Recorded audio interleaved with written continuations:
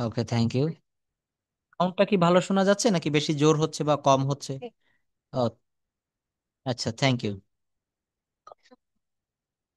গান লাগে না। ও, আচ্ছা আচ্ছা আচ্ছা। তো তাহলে একটু হ্যাঁ লাগছিল, তার মনে হয় আমি মানে মাথায় সমস্যা বেশি হতো এই হ্যাঁ হ্যাঁ। কারণে। তো এটার জন্য কি ভালো কোনো ডাক্তার দেখানো হয়েছে এই মাথায় ব্যথার সমস্যার জন্য? অনেক দেখাইছি। মূলত আমি এই ফোন থেকে দূরে থাকতে একটু শান্তি পাই। তারপর অন্য কিছু তো আর হচ্ছে একটু রেস্ট, মানে রেস্টে থাকলে। কিন্তু হুম। চাকরিতে আমি রেস্ট নিতে পারবো না। আমার কাছে মনে হচ্ছে 6 ঘন্টা বা 8 ঘন্টার ডিউটি আমার জন্য ঠিক আছে, বাট 12 ঘন্টা ডিউটি, 12-13 ঘন্টা, এটা আমার জন্য সো হার্ড। ও, আচ্ছা আচ্ছা, 12-13 ঘন্টা ডিউটি করা লাগে? করার লাগে তো স্যার। সকাল 7টা থেকে শুরু হয়, হ্যাঁ 6টার দিকে উঠি আমি। হ্যাঁ 6টার দিকে ঘুম থেকে উঠি, হ্যাঁ তাহলে তো ঘুম থেকে উঠলেই তো হচ্ছে 6টা থেকে বলতে গেলে শুরু হয়ে যাচ্ছে। হ্যাঁ হ্যাঁ, একদমই। 6টা থেকে উঠতেছে হুম। আবার হচ্ছে এই তো আমার নিজের পিছনে একটু সময় দিতে দিতে রাত 12টা হতে হতে আমি ঘুমাই যাচ্ছি। তাহলে এতক্ষণ আমি জেগে থাকতেছি না, চলতেই আছে তো। একদমই ঠিক। তো এখানে অফিস টাইমে কি কখনো রেস্ট নেওয়া যায়, মানে 15-20 মিনিটের জন্য ছোট ইন্টারভেল বা? হুম। আর বলি তাই, মাথার মধ্যে আর দেখেন, যদি শারীরিক ভাবে একটা চাপ না থাকে। ভাবে কিন্তু আমাদেরকে পরিচয় করিয়ে দেয়। এখানেও কিন্তু আমাদের, যখন আমরা ইংরেজি ভাষাটা শিখবো, তখন parts of speech plays an important role, এটা একটা গুরুত্বপূর্ণ ভূমিকা পালন করে। আপনাকে বললাম আই ইট রাইস, এখানে আই কোন পার্টস অফ স্পিচ, ইট কোন parts of speech, rights rice কোন পার্টস অফ স্পিচ, এটা যদি আমরা না জানি তাহলে কিন্তু আমাদের ল্যাঙ্গুয়েজটা পারফেক্টলি আমরা শিখতে পারবো না। তো নাউনের পর আমরা আজকে একটু প্রোনাউন দেখব। প্রোনাউন শব্দের অর্থ হচ্ছে সর্বনাম। প্রোনাউন শব্দের অর্থ হচ্ছে সর্বনাম। জাস্ট ইউ, হ্যার ইউ ক্যান সি, সর্বনাম। বাংলাটা মনে রাখবেন। হ্যাঁ, আমি প্রত্যেকটা ক্লাসে বলে থাকি যে ইংরেজির বাংলা জানতে হবে আর বাংলার ইংরেজি জানতে হবে। Are you okay? ইংরেজির বাংলা, বাংলার ইংরেজি। আপনাকে বললাম আমি ভাত খাই, এটা ট্রান্সলেশন করেন।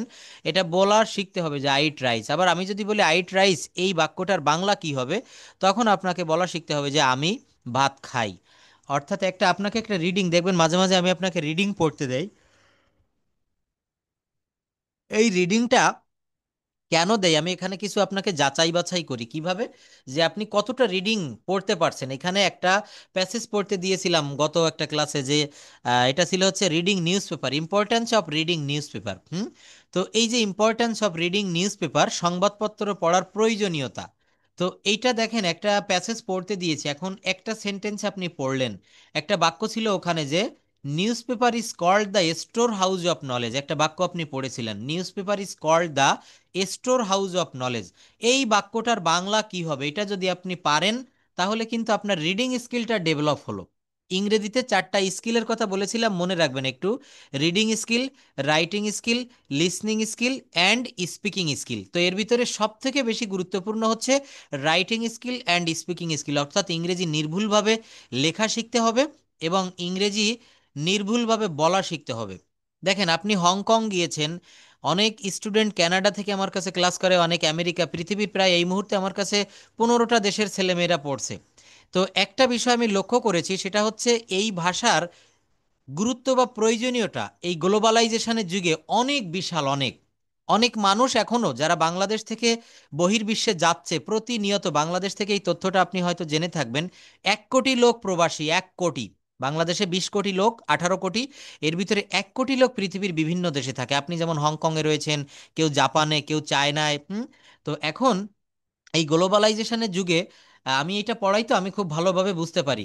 দুবাই থেকে একজন ক্লাস করে, তো উনি গত একটা ক্লাসে বলেছিলেন যে স্যার, বাংলাদেশ থেকে যদি কেউ বিদেশে আসতে চায়, তারা যেন অবশ্যই অবশ্যই ভাষাটা ভালোভাবে শিখে আসে। এটা কিন্তু ওনার কথা, উনি কেন বলছে, কারণ উনি বলছে যে যখন বিদেশের মাটিতে পা রাখবে তখন থেকেই কিন্তু তাকে, আপনি যেমন ওখানে ক্যান্থনিজ ভাষাটা পারছেন বিদায় আপনি চাকরিটা করতে পারতেছেন, ক্যান্থনিজ, এইটাও যদি আপনি না পারতেন ওখানে আপনি চাকরি করতে পারতেন না। ভেবে দেখেন। তো এইটা আপনি মনে করেন জার্মানিতে ঢুকতে চাচ্ছেন, বা আপনি ইংল্যান্ড, নিউজিল্যান্ড, ফিনল্যান্ড, যে কোনো দেশে আপনি গেলেন, ইউরোপিয়ান কোনো কান্ট্রিতে, আমেরিকান কোনো কান্ট্রিতে, অস্ট্রেলিয়া মহাদেশে গেলেন, যেখানে আপনি যান দেখবেন আপনাকে সেখানে কিন্তু এই ক্যান্থনিজ ভাষা আর চিনবে না। তারা বলবে what is Cantonese. Hmm. They don't know speak in English, Cantonese. তো তারা কিন্তু ক্যান্থনিজ বলতে পারে না, they can speak in English, তারা ইংরেজিতে কথা বলতে পারে। তো এই ভাষাটার প্রয়োজনীয়তা এতটাই, তো ওই যে যে ভাই বলল দুবাই থেকে যে ইংরেজি ভাষাটা যেন শিখে আসে, ইংরেজি ভাষা উনি পারে না, এই জন্য দুবাইতে একটা কোম্পানিতে চাকরি করে, কিন্তু ওনার বেতন উনি এখন যা পাচ্ছে, উনি যদি ইংরেজিতে ফ্লুয়েন্টলি কথা বলতে পারতো, ওনার এখন বেতন 1,80,000 টাকা। তো ওনার বেতন প্রায় 4 লাখ টাকার উপরে যেত, 4 লাখ। তো উনি কিন্তু এখন অনেক মরিয়া, টাকা। হ্যাঁ উনি কিন্তু এখন মরিয়া হয়ে উঠেছে এই ভাষাটা শেখার জন্য। তো যাই হোক, এখন মেইন কথা হচ্ছে আমাদেরকে ল্যাঙ্গুয়েজটা শিখতে হবে। তো ল্যাঙ্গুয়েজ শিখতে গেলে আমাদেরকে ঠিক এই জায়গাটা দেখতে হবে। তো দেখেন, সহজভাবে যে সকল শব্দ আমরা নামের পরিবর্তে বসাই, সহজভাবে বলতে গেলে যে সকল শব্দ আমরা নামের পরিবর্তে বসাই তাকে প্রোনাউন বা সর্বনাম বলে, যেমন হি, সি, উই। দেখেন, আপনি যদি এই ভাষাটা আরো আগে থেকে পারতেন আপনার স্টুডেন্ট লাইফ থেকে, তো আজকে কিন্তু আপনি ওই জবটা চেঞ্জ করতে পারতেন, ওই দেশেও আপনি ভালো চাকরি পেতেন, অথবা পৃথিবীর অন্য দেশে চলে যেতে পারতেন। আপনার এই যে বসের কথা বলেন, এটা পড়ালেখার মধ্যে থাকা একটা নলেজ বাড়ানো। অবশ্যই অবশ্যই।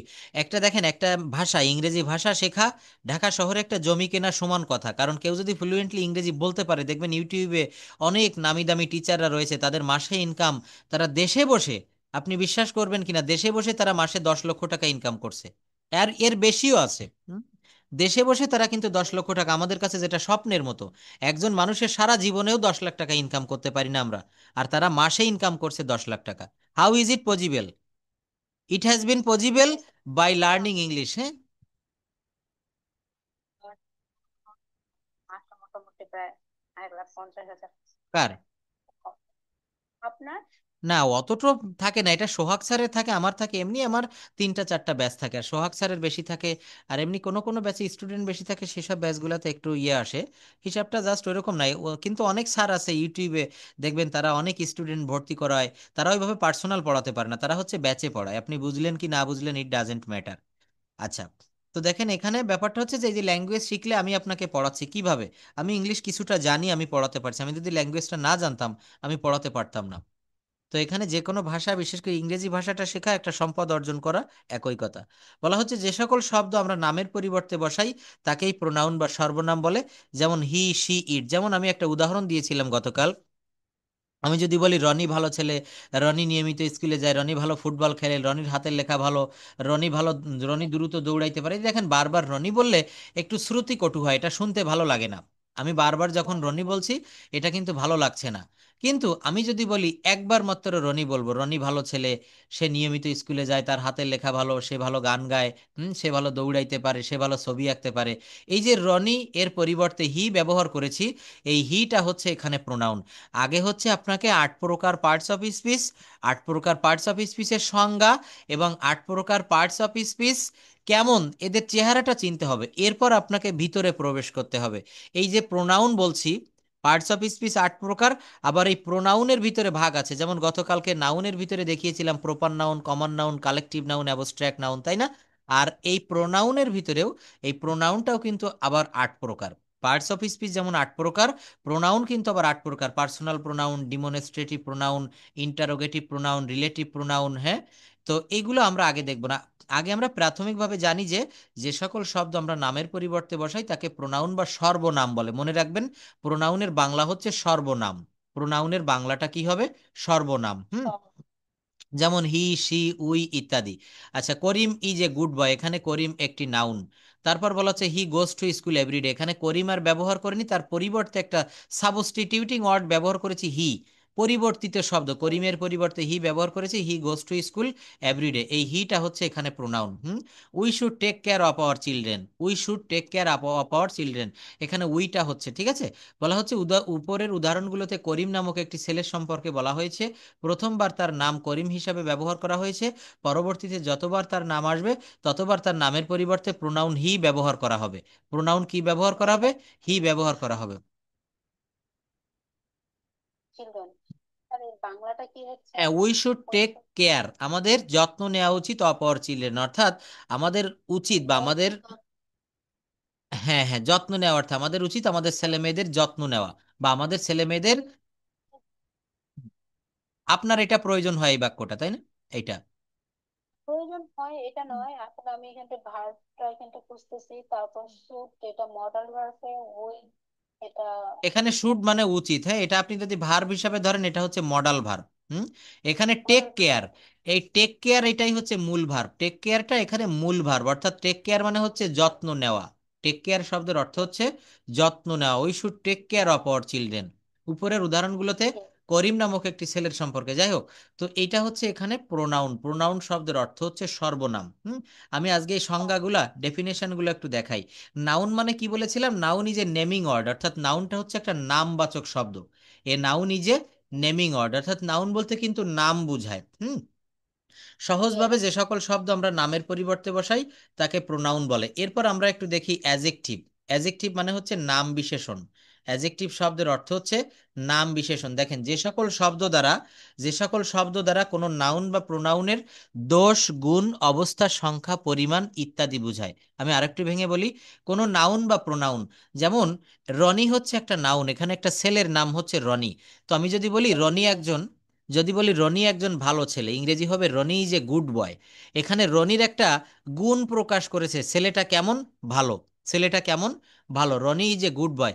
এই যে তার একটা গুণ ভালো, এইটাকে এখানে প্রকাশ করেছে, এই জন্য এইটাকে বলা হচ্ছে এখানে অ্যাজেকটিভ, অর্থাৎ বিশেষণ।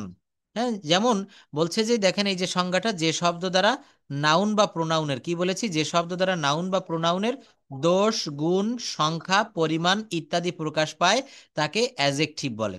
তাকে কি বলে, তাকে অ্যাজেকটিভ বলে। নাউন বা প্রোনাউনের দোষ, গুণ, সংখ্যা, পরিমাণ ইত্যাদি। হ্যাঁ, পরিমাণ বুঝাবে, যেমন আমি যদি বলি রহিমের কাছে 10 টাকা আছে, এখানে একটা পরিমাণ উল্লেখ করেছি, টাকার পরিমাণ কত, 10 টাকা। এই 10টা হচ্ছে কিন্তু এখানে অ্যাজেকটিভ। 10 টাকা একটা পরিমাণ বুঝাচ্ছে, হ্যাঁ, একটা সংখ্যা বুঝাচ্ছে। তাই বলছে যে দোষ, গুণ, অবস্থার সংখ্যা। যদি বলি ছেলেটি খুব খারাপ, মেয়েটি খুব খারাপ, খুব বাজে, তাহলে এই যে খারাপ, ব্যাড, এটা কিন্তু এখানে অ্যাজেকটিভ। আর দেখেন আমরা অ্যাডজেক্টিভ বলি, কিন্তু ডিকশনারিতে দেখবেন এটা কিন্তু ডি এখানে সাইলেন্ট থাকবে। যেমন এখানে আমি যদি একটা ওয়ার্ড লিখলাম, কি লিখলাম, CHALK, আমি এখানে লিখেছি চল্ক, এটা CHALK, এটা উচ্চারণ করেছি চল্ক, কিন্তু না, এটা আমরা ছোটবেলায় যেমন ওই যে ব্ল্যাকবোর্ডে লিখতেন না, চক বলে, চক, CHALK। এখানে এলটা কিন্তু সাইলেন্ট লেটার, এখানে এল কিন্তু সাইলেন্ট থাকবে, এখানে সল্ক বলা যাবে না। ঠিক তদ্রূপ অ্যাডজেক্টিভ বলা যাবে না, বলতে হবে অ্যাজেকটিভ বা অ্যাজেটিভ। অ্যাজেটিভ, হ্যাঁ, মনে রাখবেন এটা। যে সকল হ্যাঁ, যে সকল শব্দ দ্বারা নাউন বা প্রোনাউনের দোষ, গুণ, অবস্থা, সংখ্যা, পরিমাণ ইত্যাদি প্রকাশ করা হয় তাকে অ্যাজেকটিভ বলে। যেমন Naima is a beautiful girl, তো এখানে বিউটিফুল, নাইমা একটা ভালো মেয়ে। Hmm. Sumi is a beautiful girl, এখানে সুমির একটা গুণ প্রকাশ করছে, তাহলে এই বিউটিফুলটা হচ্ছে অ্যাজেকটিভ। তারপর দেখেন বলছে সাফি, আচ্ছা বাক্যটা এখানে দেয়নি, হি হ্যাজ 3 রেড পেন্স, তার কাছে 3টি লাল কলম আছে। এই যে তিনটি, কয়টি, তিনটি, তাহলে এটা কিন্তু 3টি লাল কলম, কয়টি, অর্থাৎ বলছে যে নাউন বা প্রোনাউনের দোষ, গুণ, অবস্থা, সংখ্যা, পরিমাণ বুঝালে সেটা হয় অ্যাজেকটিভ। এরপর খুব সহজ যেটা রয়েছে সেটা হচ্ছে ভার্ব বা ক্রিয়া। কি আছে বলেন, ভার্ব বা ক্রিয়া। যে হ্যাঁ, কোনো যেসব শব্দ দ্বারা কোনো কাজ করা, হওয়া বোঝায় তাকে ভার্ব বলে। যেমন go, eat, sleep, buy, sell, walk, run, sleep, play, write ইত্যাদি, অর্থাৎ যে কোনো কাজ। আমি গত একটা ক্লাসে বলেছিলাম নাউন এবং ভার্বের সংখ্যা সব থেকে বেশি। কিসের সংখ্যা বলেছিলাম, নাউন এবং ভার্বের সংখ্যা। হ্যাঁ, যেমন আমরা চোখ মেলে, ঘুম থেকে ওঠার পর চোখ মেলে আমরা যা কিছু দেখতে পাই সেগুলা হচ্ছে নাউন। আর এই যে আমি আপনার সাথে কথা বলছি, আপনিও কথা বলছেন, চোখ মেলে আপনি আপনার মোবাইলের স্ক্রিনে দেখছেন, আমি আমার ল্যাপটপে চোখ মেলে তাকিয়ে রয়েছি, এগুলাও হচ্ছে ভার্ব। ভার্ব মানে হচ্ছে ক্রিয়া। ভার্ব মানে কি হবে বলেন, ক্রিয়া, অর্থাৎ যার দ্বারা কাজ করা বোঝায় তাকে ভার্ব বলে। করা, খাওয়া, যাওয়া, ধরা, মারা, যে কোনো কিছু, গিভ মানে দেওয়া, রাইট মানে লেখা। দেখেন আমরা ঘুম পড়ি, একটা স্টুডেন্ট বলেছিল স্যার ঘুম পড়া তো কোনো কাজের ভিতরে পড়ে না। ঘুম পড়ি, তখন তো আমি আরামসে ঘুম পড়ে আছি, ঘুমের ভিতরে তো কোনো কাজ করছি না।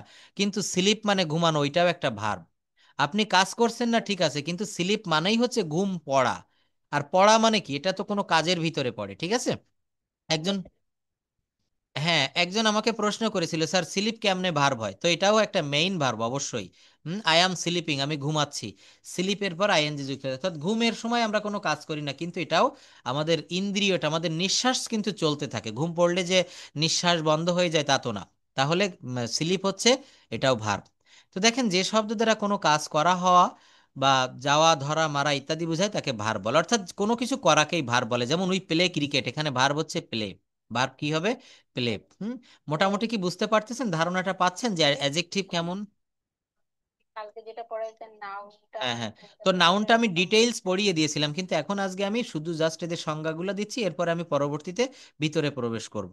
আর নইলে আমি যদি এক একটা করে যদি পার্টস অফ স্পিচ পড়া যায়, এটা দুইটা ক্লাস লাগবে। পার্টস অফ স্পিচ 8 প্রকার, এটা বুঝাইতে গেলে মিনিমাম দুইটা ইয়ে লাগবে। আচ্ছা, তারপর দেখেন হি রাইটস এ লেটার, সে একটা চিঠি লেখে। এই বাক্যে ভার্ব নিশ্চয়ই বুঝতে পারছেন, রাইট। রাইট মানে হচ্ছে লেখা। হি রাইটস এ লেটার, সে একটা চিঠি লেখে। He gave me a glass of water, এখানে গেভ, গিভ মানে দেওয়া, সেই গিভ এর ভি টু ব্যবহার করা হয়েছে, gave. He gave me a glass of water, হ্যাঁ, সে আমাকে এক গ্লাস পানি দিয়েছিল। আর যদি বলি সে আমাকে এক গ্লাস পানি দেয়, তখন হবে he gives me a glass of water, তখন কি হবে? He gives me a glass of water. এরপর দেখেন অ্যাডভার্ব অর্থ হচ্ছে ক্রিয়া বিশেষণ। অ্যাডভার্বের অর্থ হচ্ছে ক্রিয়া বিশেষণ। হুম।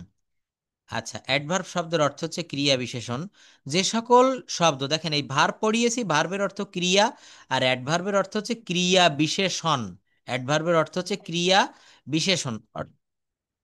হ্যাঁ, শুধু ভার্বের আগে অ্যাড যোগ করা হয়েছে, অর্থাৎ ক্রিয়া বিশেষণটা কেমন দেখেন, বলছে যে সকল শব্দ ভার্ব, অ্যাজেক্টিভ বা অন্য কোনো অ্যাডভার্বকে মডিফাই করে বা কোনো কিছু অ্যাড করে, সেই সকল শব্দগুলোকে অ্যাডভার্ব বলে। যেমন ভ্যারি, স্লোলি, ওয়েল, কেয়ারফুলি। কি বলছে? যে সকল শব্দ ভার্ব মানে ক্রিয়াকে, অ্যাজেক্টিভ অর্থাৎ বিশেষণকে, অথবা অ্যাডভার্ব নিজে ওই অ্যাডভার্বকে মডিফাই করে। মডিফাই অর্থ কি? কোনো কিছু একটু বেশি বাড়তি মানে বিশেষ করে বলা। যেমন দেখেন আমি একটু বলি, এখানে বলা হচ্ছে সোলোলি, একটা অ্যাডভার্ব, সোলোলি। অর্থাৎ যদি বলি রহিম হাঁটে, মডিফাই মানে হচ্ছে একটু বিশেষ, মানে যেমন আমরা গায়ে যখন সাবান মাখি বা আমরা হ্যান্ড ওয়াশ মাখি বা আমরা মুখে যখন ফেস ওয়াশ লাগাই, দেখবেন আমাদের একটু উজ্জ্বলতা বেড়ে যায়। তো মডিফাই মানে হচ্ছে একটু বেশি বিশেষ করে বলা, একটু বাড়িয়ে বলা।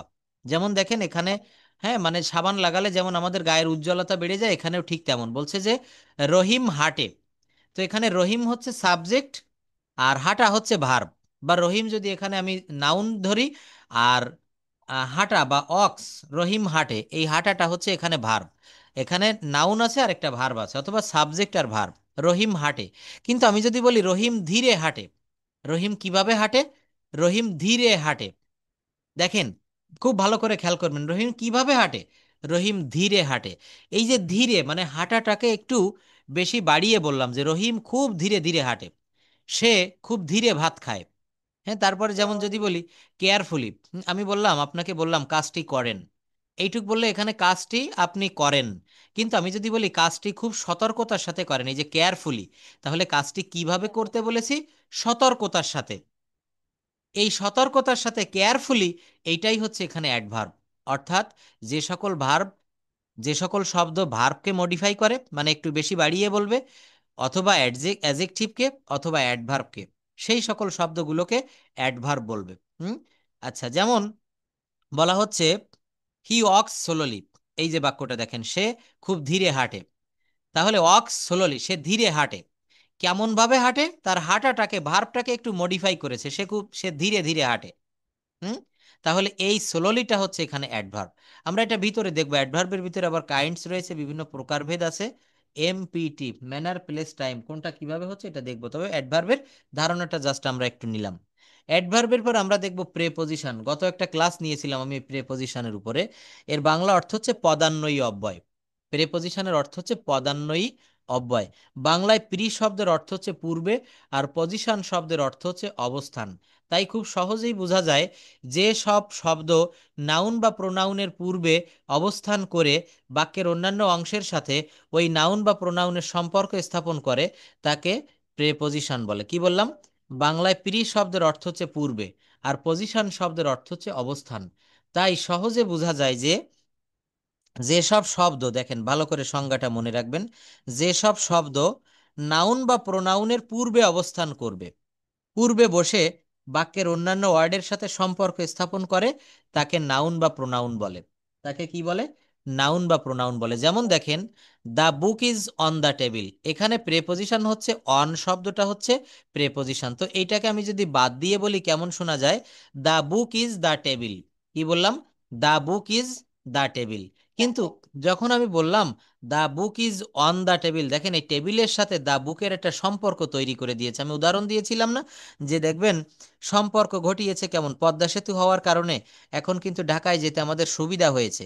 এটা কিন্তু দক্ষিণবঙ্গের সঙ্গে উত্তরবঙ্গের ঢাকা শহরের একটা সংযোগ ঘটিয়ে দিয়েছে। তো এই অনটা হচ্ছে এখানে প্রিপজিশন। এই অনটা কি করেছে, এই যে দ্য টেবিল এই নাউনের সাথে দা বুক এই আরেকটা নাউন, এদের সাথে সম্পর্ক গড়ে দিয়েছে। তাই বলছে বাংলায় প্রি শব্দের অর্থ পূর্বে আর পজিশন শব্দের অর্থ অবস্থান। তাই খুব সহজে বোঝা যায় যে যে সকল শব্দ নাউন বা প্রোনাউনের পূর্বে অবস্থান করে বাক্যের অন্যান্য অংশের সাথে ওই নাউন বা প্রোনাউনের সম্পর্ক স্থাপন করে। এখানে দেখেন সম্পর্ক স্থাপন করেছে, এই যে অন নামক যে একটা প্রেপোজিশন, এটা দা টেবিলের সঙ্গে দা বুক এদের সম্পর্ক গড়ে দিয়েছে। রহিম ইজ, আচ্ছা দা গার্ল, আচ্ছা ওটা না, এখানে আরো বিভিন্ন উদাহরণ দেওয়া যায়।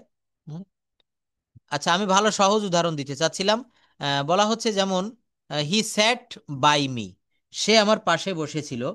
Dhaka is on the Buriganga, Dhaka Buriganga নদীর তীরে অবস্থিত। দেখেন এই যে অন, তারপর বলা হচ্ছে যে, হ্যাঁ, বলা হচ্ছে I I have come from Dhaka, আমি ঢাকা থেকে এসেছি। তো এইগুলো হচ্ছে জাস্ট উদাহরণ দিলাম, এগুলো হচ্ছে এখানে ফ্রম, তারপরে এই যে অন, এগুলো হচ্ছে প্রিপজিশন। অর্থাৎ বলা হচ্ছে সংজ্ঞাটা মনে রাখবেন, জাস্ট নাউন বা প্রোনাউনের পূর্বে অবস্থান করবে, যে সকল শব্দ নাউন বা প্রোনাউনের পূর্বে অবস্থান করে অন্যান্য ওয়ার্ডের সাথে সম্পর্ক স্থাপন করবে তাকে প্রিপজিশন বলবে। দেখেন বাংলায় বলেছিলাম অব্যয় রয়েছে, অব্যয়। এই ইংরেজিতেও কিন্তু অব্যয় রয়েছে। এই যে এখানে পদ, বাংলায় পদ পাঁচ প্রকার: বিশেষ্য, বিশেষণ, সর্বনাম, অব্যয়, ক্রিয়া। ক্রিয়া, হ্যাঁ, বিশেষ্য, বিশেষণ, সর্বনাম, অব্যয়, ক্রিয়া। তো ইংরেজিতে এই অব্যয়কে তিন ভাগে ভাগ করা হয়েছে: প্রিপজিশন, কনজাংশন আর ইন্টারজেকশন। এই তিনটা কিন্তু একটু একটু সামান্য একটু পার্থক্য। প্রিপজিশন মানে পদান্বয়ী অব্যয়, কনজাংশন শব্দের অর্থ হচ্ছে সংযোজক অব্যয়, কনজাংশন শব্দের অর্থ হচ্ছে সংযোজক অব্যয়। দেখেন যে ওয়ার্ড একাধিক শব্দ, বাক্য কিংবা ক্লজকে সংযুক্ত করে, কি বলেছে, যে ওয়ার্ড, ওয়ার্ড মানে হচ্ছে শব্দ, হুম, হ্যাঁ, যে ওয়ার্ড বা শব্দ একাধিক শব্দকে যুক্ত করে, একাধিক বাক্যকে যুক্ত করে অথবা একাধিক ক্লজকে যুক্ত করে। ক্লজ মানে হচ্ছে বাক্য অংশ, বড় একটা বাক্যের ছোট অংশকে বাক্য অংশ বলে। এদেরকে যে ওয়ার্ড যুক্ত করে তাদেরকে কনজাংশন বলে। যেমন and, or, but, yet, for, নর, সো, বিকজ, এটসেট্রা। যেমন অ্যান্ড মানে এবং, কিভাবে যুক্ত করেছে দেখেন, স্যার সেক্ষেত্রে কি বলছেন হ্যাঁ এটা বিকজ, বিকজ, আর এটা ইটিসি না বলে এটাকে বলি এটসেট্রা। এটসেট্রা মানে হচ্ছে ইত্যাদি, এটসেট, হ্যাঁ এট সেট ট্রা, এট সেট ট্রা, আমি লিখে দিব, এটা সমস্যা নাই, এট সেট ট্রা, হ্যাঁ অবশ্যই। হুম, এটসেট্রা, এট সেট, হ্যাঁ, ভেঙে ভেঙে বলবেন আমার সঙ্গে, এট, হ্যাঁ, যেমন ইটের পাস্ট টেন্স এট, সেই এট, তারপর হচ্ছে সেট, দন্তস্ব একার ট, সেট, তারপরে ট্রা, এবার ঠিক আছে, এটসেট্রা, এটসেট্রা মনে রাখবেন। তো and, or, but, yet, for, নর এগুলা হচ্ছে বিকজ, এগুলো হচ্ছে কনজাংশন সংযোজক অব্যয়। যেমন দেখেন Saif and Sourav are good friends, বলা হচ্ছে সাইপ এবং সৌরভ দুজন খুব ভালো বন্ধু। তো দেখেন এখান সাইপের পরে অ্যান্ড ব্যবহার করেছে, এই অ্যান্ড দিয়ে এখানে কিন্তু দুটো বাক্য অংশ রয়েছে। এই সাইপ মনে করতে হবে এটা একটা বাক্য, আর এরপরে সৌরভ আর গুড ফ্রেন্ডস, তাহলে কি হলো, Saif and Sourav are good friends. তাহলে এখানে সাইপ এবং সৌরভ ভালো বন্ধু। এই যে এবং, এবং শব্দটা অ্যান্ড, ইংরেজিতে অ্যান্ড, বাংলায় এবং, এই অ্যান্ডটা হচ্ছে কনজাংশন, অ্যান্ডটা হচ্ছে কনজাংশন, দুইটা বাক্যের ভিতরে সংযোগ ঘটিয়ে দিয়েছে। এটা হচ্ছে কনজাংশন। বলা হচ্ছে Akash is a boy but Mou is a girl, Akash একটা ছেলে কিন্তু মৌ একটা মেয়ে। এই যে এখানে মাঝখানে কি যুক্ত করেছি, বাট, বি ইউটি, বাট, এই বাটটা হচ্ছে এখানে কনজাংশন। আরেকটা রয়েছেন দেখেন, আমরা এটা অবশ্যই জানি, ইন্টারজেকশন, আবেগ সূচক অব্যয়। দেখবেন আমরা ভালো কোনো সংবাদ পেলে, ভালো কোনো সংবাদ পেলে আমরা আবেগী হয়ে যাই, আমরা দুঃখের কোনো সংবাদ পেলে আমরা চোখে পানি চলে আসে, আমরা অশ্রু ঝরাই, তাই না? তো এটা হচ্ছে আবেগ সূচক অব্যয়।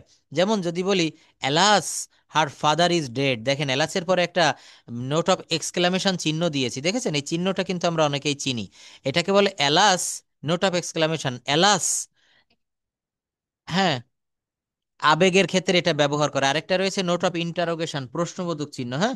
তো বলা হচ্ছে alas her father is dead, হায় তার বাবা মারা গিয়েছে। এই যে এলাস শব্দটা লিখে একটা চিহ্ন দিয়েছি, alas, hurray, we have won the game. মনে করেন আমরা যখন হাই স্কুলে পড়তাম তখন আমাদের স্কুলের সঙ্গে অন্য অন্য স্কুলের মাঝে মাঝে এই বর্ষার সময় ফুটবল টুর্নামেন্টের আয়োজন করতাম আমাদের স্কুল এবং বনাম অন্য একটা স্কুল। তো আমাদের স্কুল যখন জিতে যেত আমরা বললাম হুররে, কি মজা, we have won the game, আমরা খেলায় জয়লাভ করেছি। হুম। তাহলে এই যে এলাস, কিন্তু থাকতে চায়। হ্যাঁ, এটা ব্যবহার করা হয়। তারপরে দেখেন বলছে যে হুররে এলাস ব্রেভ হো, হ্যাঁ, কি সুন্দর, বাহ, সাবাস। তাহলে এই শব্দগুলো হচ্ছে সাবাস, সাবাস।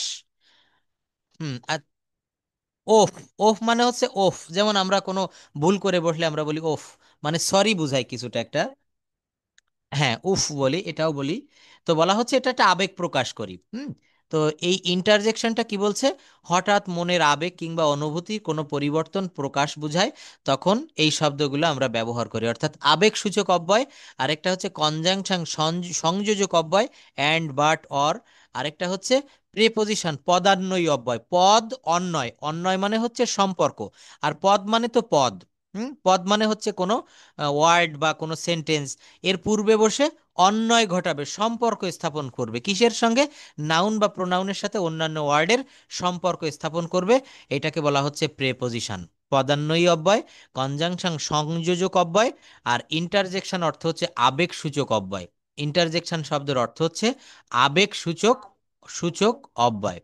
একটু মনে রাখবেন, ইন্টারজেকশন শব্দের অর্থ হচ্ছে আবেগ। এইবার দেখেন প্র্যাকটিক্যাল ইউজ অফ প্রেপোজিশন, এখানে প্রেপোজিশনের প্র্যাকটিক্যাল ইউজ দিয়েছে। আচ্ছা, এটা তো আমরা গত ক্লাসে করেছিলাম, আমরা এখন পড়তে চাচ্ছি আজকে হচ্ছে প্রোনাউনটা একটু দেখতে চাচ্ছিলাম, নাউনের সঙ্গে প্রোনাউন। আচ্ছা, জাস্ট একটু ওয়েট করেন, আমি একটা সামনে নিয়ে আসি, প্রোনাউনের চ্যাপ্টারটা একটু নিয়ে আসি। প্রোনাউন। আচ্ছা, এটা দেখার পরে আমি এই শীটটা একটা প্রথম দিকে দিয়েছিলাম, এটা একটু কভার করতে হবে, এটা আমরা আবারও প্র্যাকটিস করব। যেমন একটা বাক্য দিয়ে 30টা বাক্য। আমি স্কুলে যাই, আমি স্কুলে যাই না, আমি কি স্কুলে যাই, আমি কি স্কুলে যাই না। দেখেছেন কত সুন্দর একটা সিস্টেম। এখানে গো দিয়ে করেছি, কি করেছি, আই গো টু স্কুল, আমি স্কুলে যাই। আমি স্কুলে যাই না, I don't go to school. আমি কি স্কুলে যাই, do I go to school. আমি কি স্কুলে যাই না, don't I go to school. তাহলে কি হবে, don't I go to school, আমি কি স্কুলে যাই না।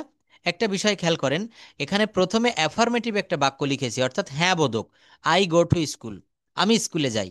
তাহলে আমি স্কুলে যাই না কি হবে, প্রেজেন্ট ইনডেফিনিট টেন্সে নেগেটিভ করতে গেলে ডু নট বা ডাজ নট আসে, তাহলে এখানে ডু নট আসবে, I do not go to school, আমি স্কুলে যাই না। আমি কি স্কুলে যাই কি হবে, do I go to school. আমি কি স্কুলে যাই, do I go to school. আমি কি স্কুলে যাই না, তখন এই ডোন্ট, ডু, যেমন এখানে I don't go to school, কিন্তু এখানে ডোন্টটাকে আপনার সবার শুরুতে আনতে হবে, don't I go to school, আমি কি স্কুলে যাই না, don't I go to school, আমি কি স্কুলে যাই না। আচ্ছা, এরপর দেখেন সে স্কুলে যায়, হি গোজ টু স্কুল, এখানে গোজ হলো কেন, হি হলো থার্ড পার্সন সিঙ্গুলার নাম্বার একজন, এখানে ভার্বের পরে এস বা ইএস বসে, হি গোজ, হি গোজ, হি গোজ টু স্কুল। কিন্তু এখানে যদি আই হতো আমি স্কুলে যাই, আই গো টু স্কুল, তুমি স্কুলে যাও, ইউ গো টু স্কুল। এবং এই যে ভার্বের পরে এস বা ইএস, 12টা টেন্সের ভিতরে একটি মাত্র টেন্সে এটা ব্যবহার করা হয়, সেটা হচ্ছে প্রেজেন্ট ইনডেফিনিট টেন্সে। কোন টেন্সে বলেছি বলেন, প্রেজেন্ট ইনডেফিনিট টেন্সে একমাত্র ভার্বের পরে এস বা ইএস বসে, আর কোথাও কিন্তু বসে না। এবং এখানে সাবজেক্ট যদি একজন হয়, থার্ড পার্সন সিঙ্গুলার, অর্থাৎ হি, শি, ইট, অথবা কোনো ব্যক্তির নাম, যদি বলতাম করিম স্কুলে যায়, তাহলেও কিন্তু এখানে লিখতে হতো Karim goes to school, Karim goes to school, Suman goes to school. এটা লিখতে হতো। আচ্ছা, সে স্কুলে যায় না, he does not go to school. সে কি স্কুলে যায়, does he go to school. সে কি স্কুলে যায় না, doesn't he go to school. দেখেছেন এখানে প্রত্যেকটা জায়গায় গো। এইবার দেখেন, আমরা টেন্স আপনাকে শিখিয়েছিলাম যে যদি পাস্ট ফর্ম হয় তখন কিভাবে করবেন। আমি স্কুলে গিয়েছিলাম, আই ওয়েন্ট টু স্কুল। আমি স্কুলে গিয়েছিলাম, এখানে গো এর পরিবর্তে ওয়েন্ট ব্যবহার করলাম। কিন্তু যদি বলি, হ্যাঁ, কিন্তু আমি যদি বলি আমি ভাত খেয়েছিলাম, তখন কি হবে বলেন তো। একটা টেন্স শিখলে সেই টেন্স দিয়ে অনেকগুলো বাক্য করতে হবে। বলেন, আই এট রাইস। যদি বলা হয় আমি একটা জামা কিনেছিলাম। তো আই বোন্ট, তো ধন্যবাদ। দেখেন, এটা হচ্ছে বাই মানে হচ্ছে কেনা, এখানে বলতে হবে বট, BOUGHT, বাই মানে হচ্ছে কেনা, আর বট মানে হচ্ছে কিনেছিলাম বা কিনেছিল, আই বট এ শার্ট। এই জন্য বলি যে ওই ভার ফর্মটা মুখস্থ করবেন। তারপর যদি বলি সে স্কুলে গিয়েছিল, তখন কি হবে? He went to school. এই যে এখানে গো এর পাস্ট ফর্ম ওয়েন্ট। যদি বলা হয় আমি একটা বাড়ি তৈরি করেছিলাম। করেছিলাম। I made a I made a house. House. ধন্যবাদ, আই মেড এ হাউস। যদি বলা হয় আমি একটা বাড়ি তৈরি করব, মেড আ হাউস। হ্যাঁ, I will make a house. এখানে করব ফিউচার টেন্সে বলেছি, হ্যাঁ। এইভাবে দেখেন আমাদের প্র্যাকটিস করতে হবে। আমি একটা বাড়ি তৈরি করব, I will make a house. যদি বলা হয় আমি একটা বাড়ি তৈরি করিতেছি, দেখেন এখানে বাড়ি বাদ দেন, বাড়ি ঠাড়ি বাদ দিতে হবে। আমরা সহজে বলি, সাবজেক্ট এবং ভার্ব ব্যবহার করি। যদি বলা হয় যে আমি, সাবজেক্ট দিতে হবে আই, এবং মেকের পরে আইএনজি হবে। আমি তৈরি করছি, আমি তৈরি করি, ইংরেজি কি? I make. আমি তৈরি করি, আই মেক। আমি তৈরি করছি, I am making. Present continuous টেন্সে সাবজেক্টের পরে অ্যাম ইজ আর বসে, হ্যাঁ, আই অ্যাম মেকিং। আমি তৈরি করিতেছি, আমি তৈরি করেছি।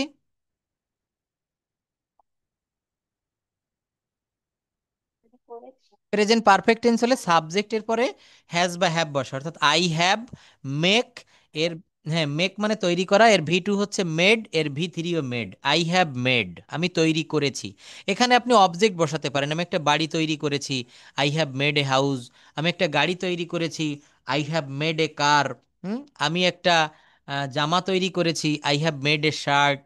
অর্থাৎ এই বিষয়টা বুঝতে হবে, স্ট্রাকচারগুলো মনে রাখতে হবে, তাহলে।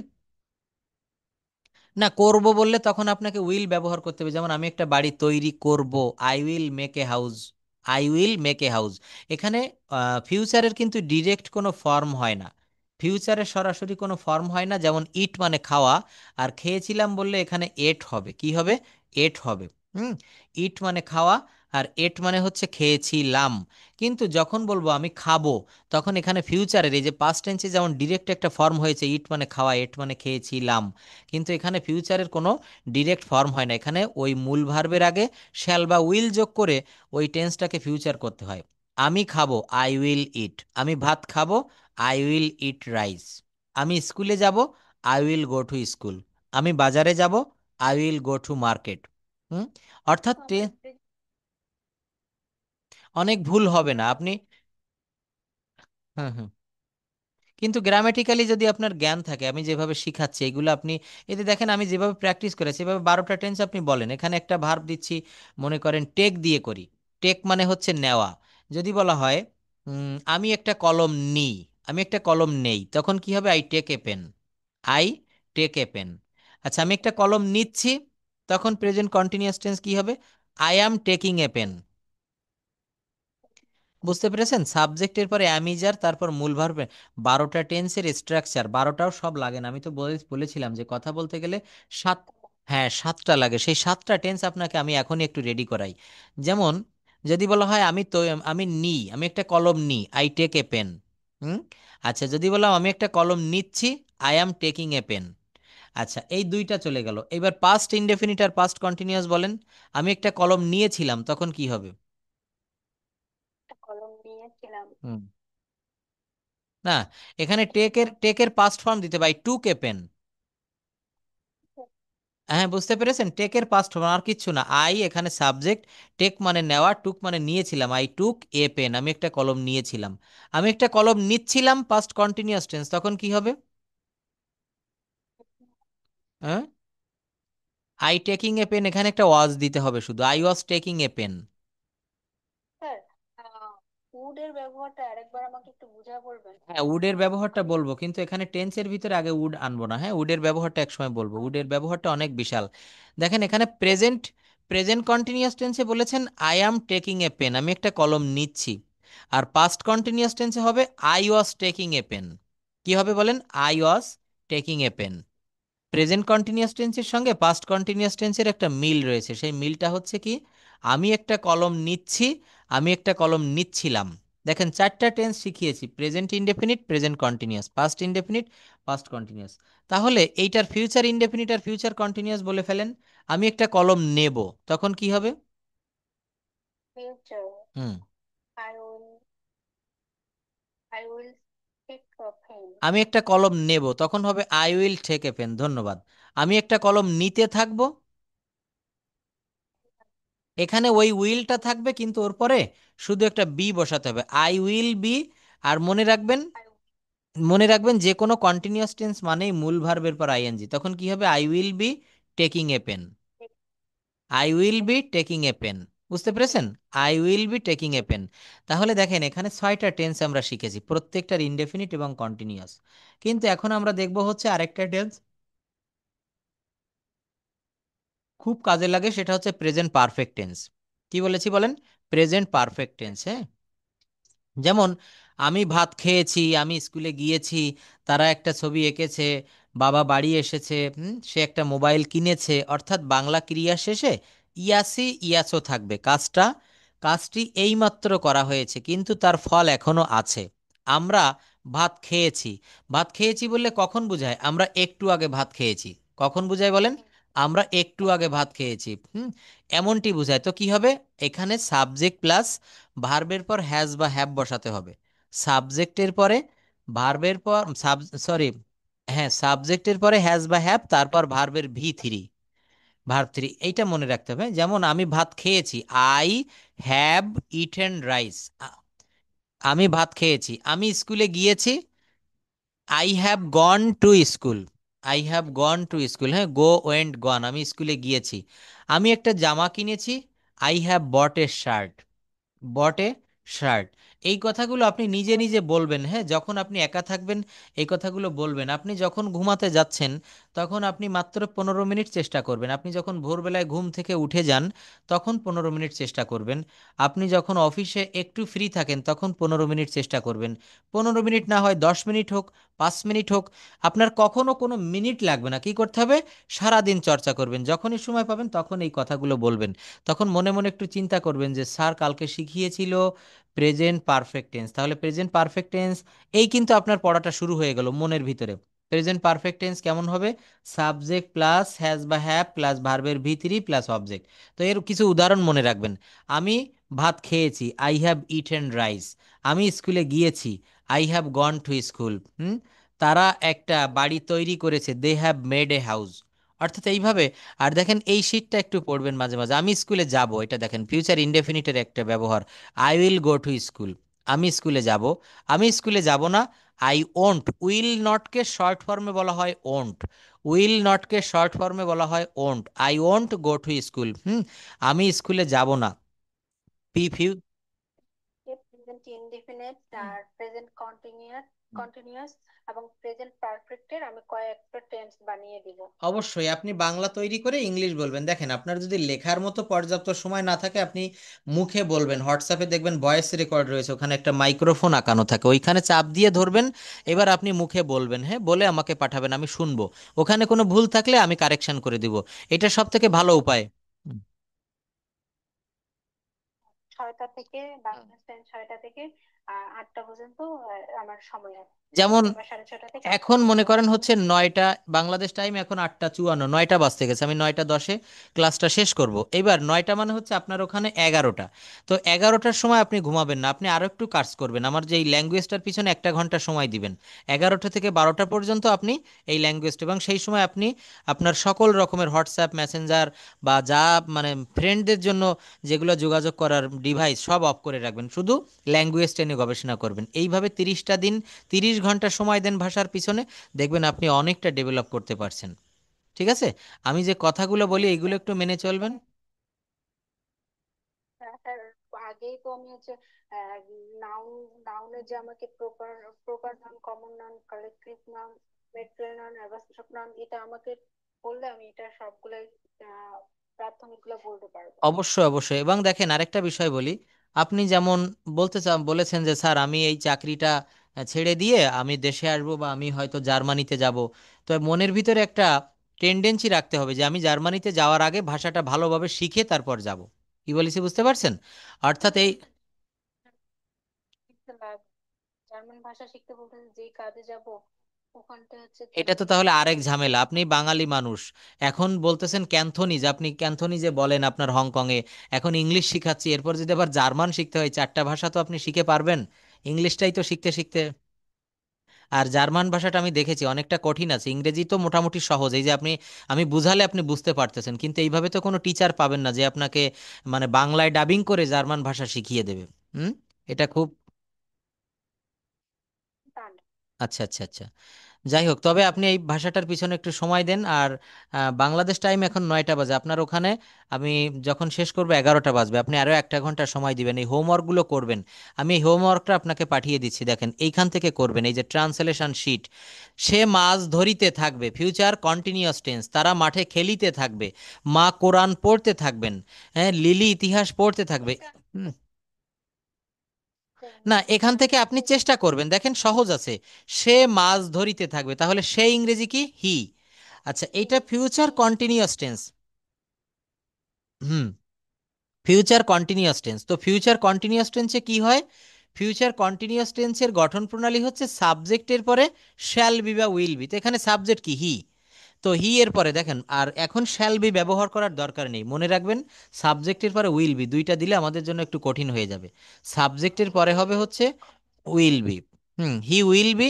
আর এই যে কন্টিনিউয়াস টেন্স বলেছিলেন, বলেছি, এটা মনে রাখতে হবে যে কন্টিনিউয়াস মানেই হচ্ছে একটা আইএনজি বসবে, প্রেজেন্ট কন্টিনিউয়াস টেন্স হোক, পাস্ট কন্টিনিউয়াস টেন্স হোক, বা ফিউচার কন্টিনিউয়াস টেন্স হোক। তা এই বাক্যটা হচ্ছে ফিউচার কন্টিনিউয়াস টেন্স, এখানে আইএনজি অবশ্যই বসবে, হি উইল বি, এরপর ক্যাচের সঙ্গে আইএনজি হবে, he will be catching fish. কি হবে বলেন? He will be catching fish, সে মাছ ধরিতে থাকবে। বুঝতে পেরেছেন? সে ভাত খেতে থাকবে, he will be eating rice. এখানে আপনি অবজেক্ট বাদ দিয়ে দেন, সে খেতে থাকবে, হি উইল বি ইটিং, সে যেতে থাকবে, হি উইল বি গোয়িং, সে ধরতে থাকবে, হি উইল বি ক্যাচিং, সে পড়তে থাকবে, হি উইল বি রিডিং, সে লিখতে থাকবে, he will B writing, Sumi লিখতে থাকবে, সুমি উইল বি রাইটিং, হ্যাঁ, করিম লিখতে থাকবে, করিম উইল বি রাইটিং। তারপর অনেক ভার্ব দিয়ে করা যায়। আমরা তৈরি করতে থাকবো, উই উইল বি মেকিং। আমরা কি তৈরি করতে থাকবো? আমরা বাড়ি তৈরি করতে থাকবো, we will be making a house. আমরা একটা গাড়ি তৈরি করতে থাকবো, আমরা একটা রাস্তা তৈরি করতে থাকবো। অর্থাৎ বিভিন্নভাবে সেন্টেন্সটা বলা যায়, শুধু আপনাকে স্ট্রাকচারটা ফলো করতে হবে। স্ট্রাকচার যদি আপনি পারেন, তাহলে আপনি সব কিছুই পারবেন। Are you clear? হুম। তো স্ট্রাকচারটা একটু দেখবেন। আচ্ছা, আমি আরো একটু বিষয় একটু দেখাতে চাচ্ছি, just here you can see, আমরা মেইন যে বিষয়টা, এটা না জানলে কথা বলা যায় না।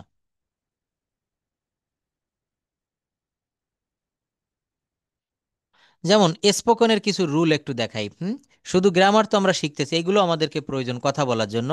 যেমন দেখেন,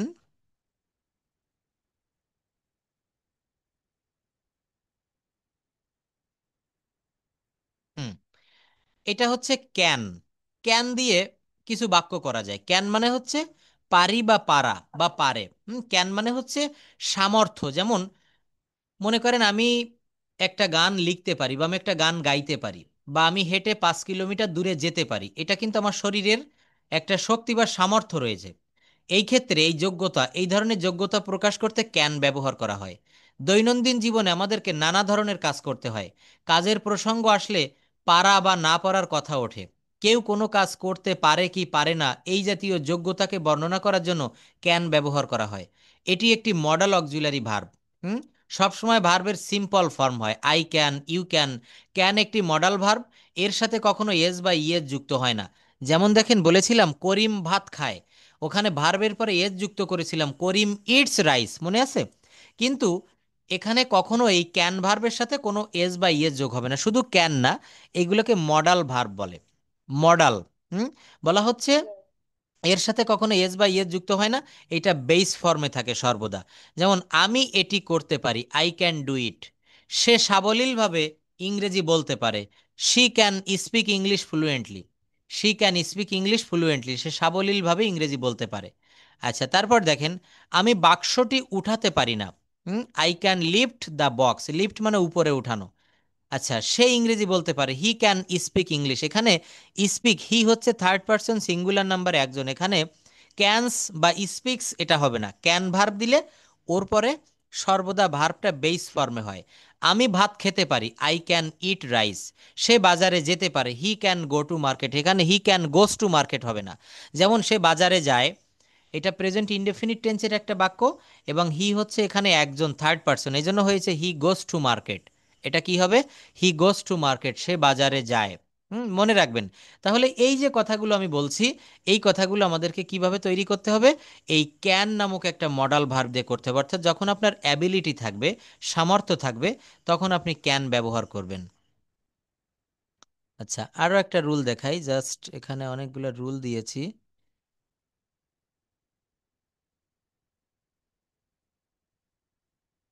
আর প্রশ্নতে তো ক্যান ব্যবহার করা হয়।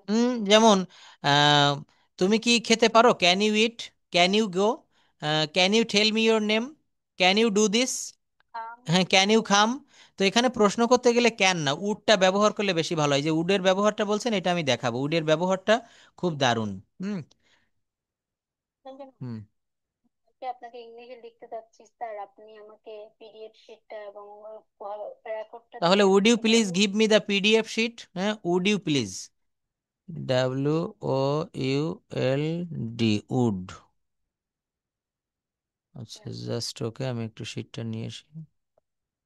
Use of would, U S use of, W O U L D, use of would like two.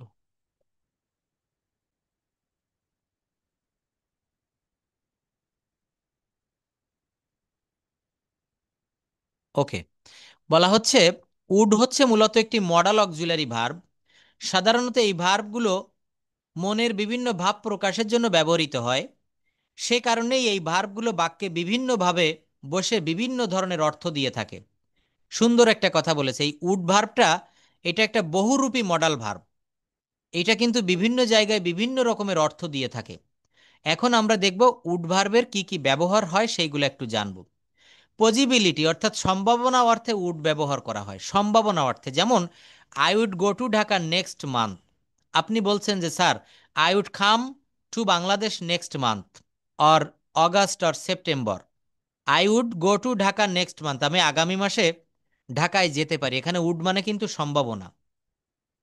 You would find all flower from the market, তুমি বাজারের সকল ফুলগুলো একটু দেখতে পারো।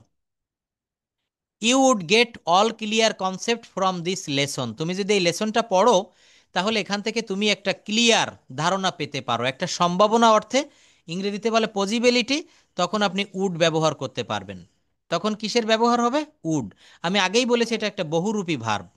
রিকোয়েস্ট বা অনুরোধ অর্থে, যেমন আপনি বলছেন যে স্যার, গতকালকে আপনি পিডিএফটা পাঠান নাই, তো আমি বলতে চাচ্ছিলাম যে স্যার আপনি কি পিডিএফটা পাঠাবেন, এই যে আমাকে অনুরোধ করতেছেন, হ্যাঁ, কিন্তু বাক্যটা তৈরি করতে গিয়েও আপনি পারেননি, তো এখানে উড ব্যবহার করবেন। যেমন would you please lend me some money. এখানে আপনি আমাকে লিখতে পারতেন গতকালকে যে sir would you please send the PDF. কি বললাম? Sir would you please PDF. Send me the PDF, send me the PDF. Sir আপনি কি দয়া করে আমাকে পিডিএফটা পাঠাবেন? আপনি কি অনুগ্রহ করে পিডিএফটা পাঠাবেন? তাহলে এখানে রিকোয়েস্ট করা হচ্ছে, আমাকে অনুরোধ করছেন নম্রতার সাথে, ভদ্রতার সাথে, স্যার আপনি কি আমাকে পিডিএফটা দিবেন? Would you please tell me your name. মনে করেন আপনার সঙ্গে আমার কোনো একদিন দেখা হলো, আপনি আমার নামটা জানেন না, তো আপনি বলছেন যে স্যার এতদিন ক্লাস করলাম, আপনার নামটা তো জানা হয়নি, would you please tell me your name, sir আপনার নামটা কি আমাকে বলবেন? তাহলে এখানে ভদ্রতার ক্ষেত্রে অনুরোধ করতে গেলে উড ব্যবহার করা হয়। Would you please close the window. মনে করেন আপনি ঘরে বসে আছেন, তো একজনকে বলছেন যে আপনি কি জানলাটা একটু বন্ধ বন্ধ করবেন? Would you please go with me. মনে করেন আমি হংকং গিয়েছি, আপনার সাথে দেখা হয়েছে, আপনি বলছেন স্যার চলেন বাইরে যাই, তো বলছেন যে আপনি কি আমার সাথে যাবেন? Would you please go with me. Would you please reduce the volume.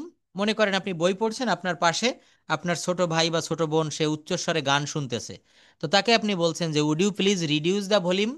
তাহলে অনুরোধের অর্থে এখানে উড ব্যবহার করা হবে। ওপিনিয়ন মতামত চাওয়ার জন্য, হ্যাঁ প্রথমটা ছিল সম্ভাবনা, এইটা হচ্ছে সেকেন্ড অনুরোধ, এখন হচ্ছে ওপিনিয়ন মতামত চাওয়ার জন্য আমরা উড ব্যবহার করি। আপনি মতামত, অবশ্যই অবশ্যই, আমি তো সবই দিয়ে দেই, হ্যাঁ এগুলো দিয়ে দিব। হয়তো একটু দেখেন আমি ক্লাসটা শেষ করেই আবার আরেকটা ক্লাসে ঢুকে যাই, হ্যাঁ এই জন্য দিতে একটু দেরি হয়, ডোন্ট মাইন্ড। আমি দিয়ে দেই রাতে বা সকালে অন্য সময়, আর যেটা লাগবে বলবেন আমি দিয়ে দিব। তো বলা হচ্ছে যে অপিনিয়ন, আমি আপনাকে কয়েকটা বই দিব আমাদের সোহাগ স্যারের লেখা, আমি সময় পাচ্ছি না, ল্যাপটপে একটু সমস্যা, তো এটা একটু ইয়ে করে নিই। কয়েকটা বই দিব স্পোকেনের উপর, অর্থাৎ এইগুলো আপনি পড়বেন। অনেক বড় বই, 600 পৃষ্ঠা 700 পৃষ্ঠার বই। তো এটা আপনি অবসর সময় 1-2 পেজ করে পড়বেন, দেখবেন ওখানে আপনি ঠিক যেভাবে কথা আমি অবশ্যই রুলগুলো দেখাই দিব। তো দেখানোর পর আরেকবার যদি পড়েন ওইটা কিন্তু আপনার খুব ভালোভাবে মনে থাকবে। তো এই রুলগুলো আপনি আচ্ছা। যদি জানেন একটু পড়েন, আপনি, বলেছিলাম না আপনাকে ভর্তি করানোর সময় বা আমি যেদিন প্রথম ক্লাস নিয়েছিলাম, 2 থেকে 3 মাসের ভিতরে কথা বলা যায়। এটা অবশ্যই যায়, আমি যেভাবে দেখাবো আপনি সেভাবে যদি সময় দেন অবশ্যই কিন্তু দ্রুত ভাষাটা শেখা যায়, কিন্তু হয় কি। আর পড়াইলেন, আমি তো গত মাসের 23 তারিখ থেকে শুরু হ্যাঁ করেছি। হ্যাঁ, একদমই ঠিক। তো আরো 2-1 মাস পড়াতে দেন, দেখবেন আপনি নিজের ভিতরে তখন একটা কনফিডেন্স চলে আসবে, একটা সেলফ কনফিডেন্স আপনি পাবেন, অবশ্যই পাবেন। এই যে যেমন দেখেন উডের ব্যবহার পড়াচ্ছি, এইটা আপনি কালকেই আমার সঙ্গে ব্যবহার করবেন বা অন্য কারোর সঙ্গে কথা বলার সময় বলবেন যে would you please tell me your name, হ্যাঁ, would you please send me the PDF sheet, would you please close the window. তারপর বলবেন I would go to Dhaka next month. আপনাকে কেউ যদি বাংলাদেশ থেকে বলে আপনি কবে দেশে আসবেন, বলবেন আমার সেপ্টেম্বরে আসার সম্ভাবনা আছে। I would go to Dhaka, go না বলে কাম বলবেন, I would come to Dhaka next September, next October, next November. Hmm, সম্ভাবনা অর্থে। আচ্ছা, তো দেখেন মতামত চাওয়ার ক্ষেত্রে ব্যবহার করা হচ্ছে উড। মতামত আমরা কিভাবে চাইতেছি, যেমন would you join with me this party, would you join with me this party, আপনি কি আমার সাথে এই পার্টিতে যোগদান করবেন, অর্থাৎ মতামত চাচ্ছেন। হ্যাঁ, মনে করেন আমরা এক জায়গায় বসে রয়েছি, তো আপনি বলছেন স্যার আসেন আমরা একটু এখন গানটা বাজিয়ে দিয়ে আমরা একটু নাচানাচি করি, একটু নৃত্য করি। তো বলছেন would you join with me this party, আপনি কি এই পার্টিতে আমার সাথে যোগদান করবেন। তাহলে এখানে আপনি ভদ্রতার খাতিরে প্রশ্ন করতে গেলে উড ব্যবহার করা হয়। কি ব্যবহার করা হয়? উড।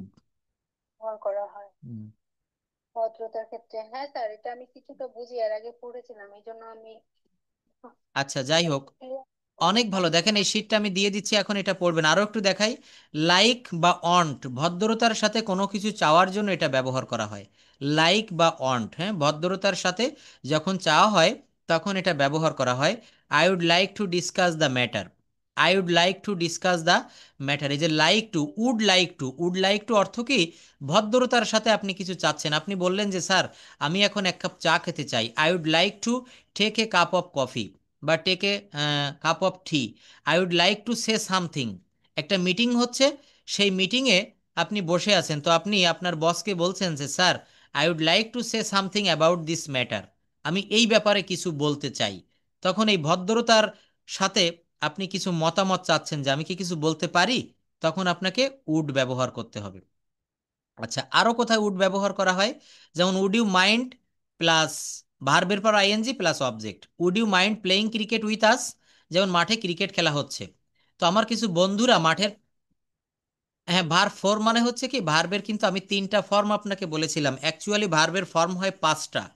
যেমন V1, V2, V3, এরপর আরো 2টা হয় V4 এবং V5। এই V4 এবং V5টা কেমন, এটা হচ্ছে V4কে বলে আইএনজি ফর্ম, যে কোনো ভার্বের আইএনজি ফর্মকে বলে V4। যেমন ইট মানে খাওয়া, ইট, এট, ইটেন, আমরা এই 3টা ফর্ম জানি। কিন্তু এখানে আরেকটা ফর্ম আছে ইটিং, আরেকটা ফর্ম আছে কি ইটিং, আরেকটা ফর্ম আছে থার্ড পারসন ফর্ম ইটস। যেমন যদি বলি করিম ভাত খায়, করিম ইটস রাইস। এই থার্ড পারসন ফর্মটা কখন কাজে লাগে, প্রেজেন্ট ইনডেফিনিট টেন্সে, যখন subject third person singular number একজন হয় তখন এই থার্ড পারসন ফর্ম কাজে লাগে, ওইটাকে বলে V5। তো দেখেন বলা হচ্ছে would you mind plus V4 plus object, would you mind playing cricket with us, তুমি কি আমাদের সাথে ক্রিকেট খেলতে কিছু মনে করবে না তো। Would you mind sitting with them, would you mind dancing with them, would you mind reading with me, আমি বই পড়ছি, আপনি আমার সাথে পড়তে কিছু মনে করবেন না তো। এটা উড ইউ মাইন্ড ব্যবহার করবেন, অর্থাৎ মনে রাখবেন এই উডটা মূলত ভদ্রতা প্রকাশের জন্য ব্যবহার করা হয়। উডটা কিসের আচ্ছা। জন্য ব্যবহার করা হয়, ভদ্রতা, এই যে আপনি ভদ্রতা। ভদ্রতার সাথে বলছেন, হ্যাঁ, ভদ্রতা অনুরোধের ক্ষেত্রে এখানে উড ব্যবহার করা হয়।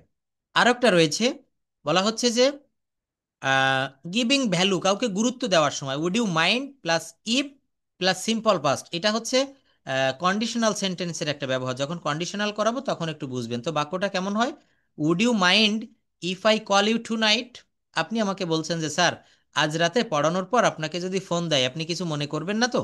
Would you mind? কিছু মনে করবে? If I call you tonight, would you mind if I don't come? এই দেখেন, ইফ এর পরে আবার এখানে প্রেজেন্ট ফর্ম বসেছে। If plus present plus past, if plus present plus future. এটা যখন কন্ডিশনাল করাবো, কন্ডিশনাল মানে হচ্ছে শর্তমূলক বাক্য। যদি তুমি আসো তাহলে আমি যাব। ইফ ইউ কাম, যদি তুমি আসো তাহলে আমি যাব। আই উইল গো।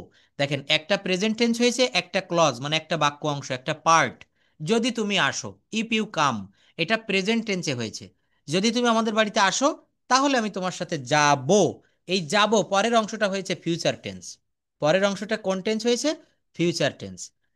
তো এটা পরে বোঝাবো। তো এখানে আরেকটা স্ট্রাকচার যে বলছে, would you mind plus if plus simple past বা simple present. Would you mind if I don't come with you? Would you mind if I read with you?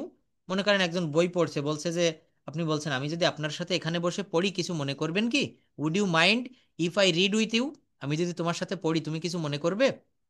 তাহলে এটা হচ্ছে উডের ব্যবহার। আপনি লিখতে চাচ্ছিলেন যে স্যার, আপনি কি শিটটি পাঠাবেন বা আমাকে পাঠিয়ে দিবেন? Would you please send the, হ্যাঁ, send the PDF file, PDF sheet. তাহলে এখানে উডের ব্যবহার করতে হবে, ঠিক আছে? তো এই শিটটা আমি দিয়ে দিচ্ছি। আর মেইনলি হচ্ছে আপনি ওই টেন্সের বাক্যগুলো একটু করেন, করে আমাকে পাঠান। প্রত্যেকটা ক্লাসে আমাদেরকে হোমওয়ার্ক করতে হবে। দেখেন, আমি শুধু পড়িয়ে গেলাম, কিন্তু আপনি যদি হোমওয়ার্ক না করেন তাহলে কিন্তু আমাদের যে রেজাল্টটা কিন্তু আমরা পাবো না।